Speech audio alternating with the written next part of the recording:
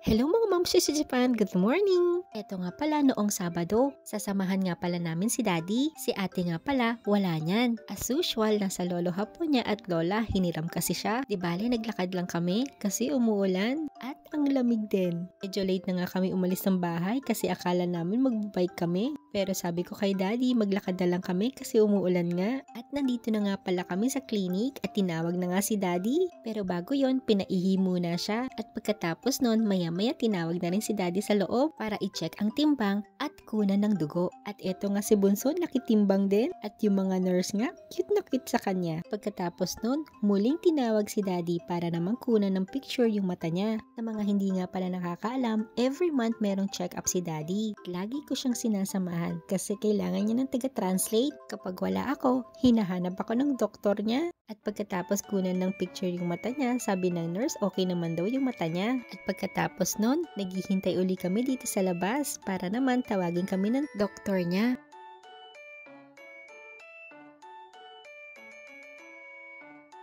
At eto nga, tinatanong ni Bunso kung bakit meron si Daddy ng ganon. At in-explain naman ni Daddy kung bakit. Kailangan hawakan daw niya to ng mabuti para hindi lumabas yung dugo. Masunuring bata naman nakikinig kay Daddy at kinalaunan tinawag muli yung pangalan ni Daddy. At dahil nagbagong taon nga, tumaas yung timbang ni Daddy, tumaas lahat, pati dugo niya. Kaya naman, pinagsabihan uli si Daddy na magbawas uli siya. At ako din pinagsasabihan ng doktor dahil ako nga ang nagluluto ng pagkain ni Daddy. At nung natapos na nga kami, binigyan niya pala si Daddy ng gamot muli pang maintenance at meron pang bagong gamot na ibinigay. At nung natapos nga at nakabayad na kami, umalis na agad kami.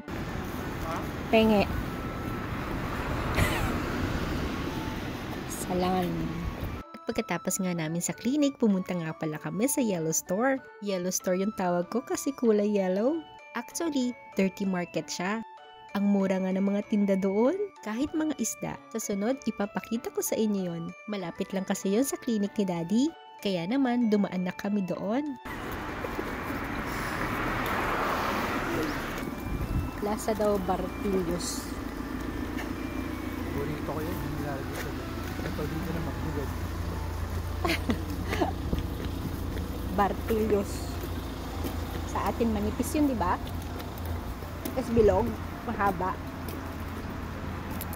Oh, nagkalat ka pa. Nagkalat pa si Daddy. Bawal magkalat. Wala ako nakikita sa Japan na ano eh. Habang naglalakad na kumakain. Walang ganun dito sa Japan. Ito lang. Nag-iisa. Habang kumakain. Naglalakad. Oh, parang bata. Ang daming Guardian lang yung gumagawa ng ganito. Naglalakad. Bawal pa dito. Oh, ito pa isa. Kumakain din. Naglalakad.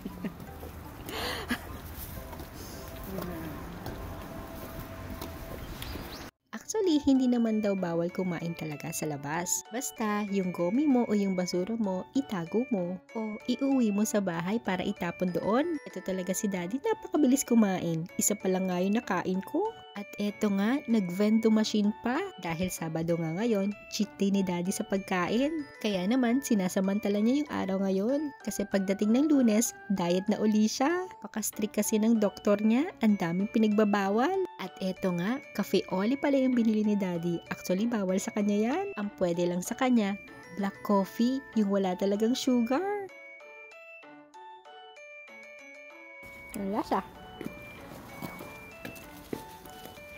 Sabi ni Daddy, masarap naman daw yung lasa. At eto nga si Bunso, hindi pa rin nauubos yung kinakain niya. Medyo chewy kasi yung candy. At eto nga, naglaro na nga sa tubig.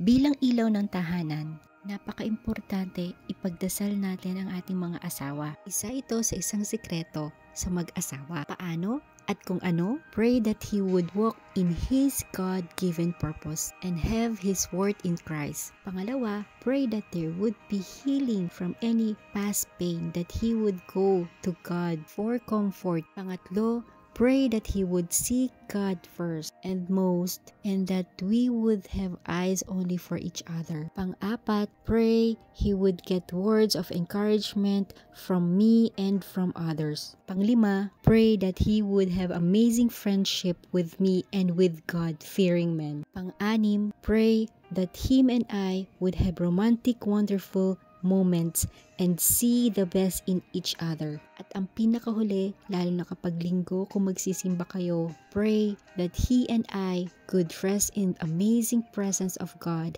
a deep soul, rest and peace. Sabi nga, everyday daw natin ipagdasal ang ating asawa dahil prayer is powerful at kailangan nila ito. Kaya bilang ilaw ng tahanan, umpisahan na natin to. Yun lang po. Salamat!